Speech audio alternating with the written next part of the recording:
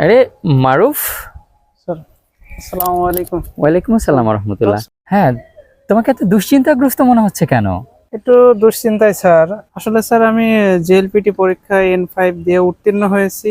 হুম। আমি স্টুডেন্ট ভিসায় জাপান যেতে চাই এবং মোটা অঙ্কের একটা ব্যাংক স্টেটমেন্ট দেখানো লাগে, সেটা মানে আমার পক্ষে সম্ভব হইতেছে না। এখন আমি কিভাবে জাপানে যাব সেটা আর কি নিয়ে চিন্তা হচ্ছে। আচ্ছা, এটা তোমার দুশ্চিন্তার কারণ। এটা তো এখন কোনো সমস্যাই নাই, কারণ আমরা Hinode Japan education and job centre আমরা পুরোদমে জাপানিজ ভিসা প্রসেস করাচ্ছি। এমনকি আমরা ব্যাংক সলভেন্সি, ব্যাংক স্টেটমেন্ট এবং ব্যাংক এফডিআর দেখিয়ে থাকি ব্যাংকের মাধ্যমে।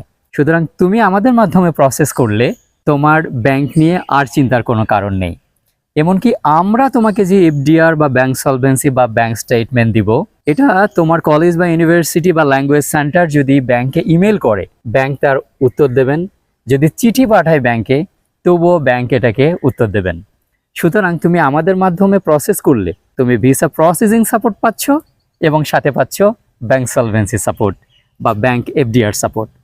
সুতরাং তোমার এখন আর এটা নিয়ে দুশ্চিন্তা করার কিচ্ছু নেই। বুঝতে পেরেছি? জি স্যার। তুমি আজই আমাদের অফিসে চলে আসো।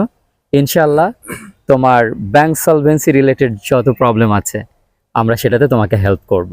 হ্যাঁ, তোমার বন্ধুরাও যদি কেউ থাকে, হ্যাঁ, তাদেরকে জানিও যে হিনোদে জাপানের মাধ্যমে সে প্রপার বা লিগ্যাল ব্যাংক সলভেন্সি, এফডিআর এবং ব্যাংক স্টেটমেন্ট রিলেটেড সাপোর্ট পেয়ে থাকবে। তাহলে এবার একটু হাসি মুখ দেখতে চাই। Thank you.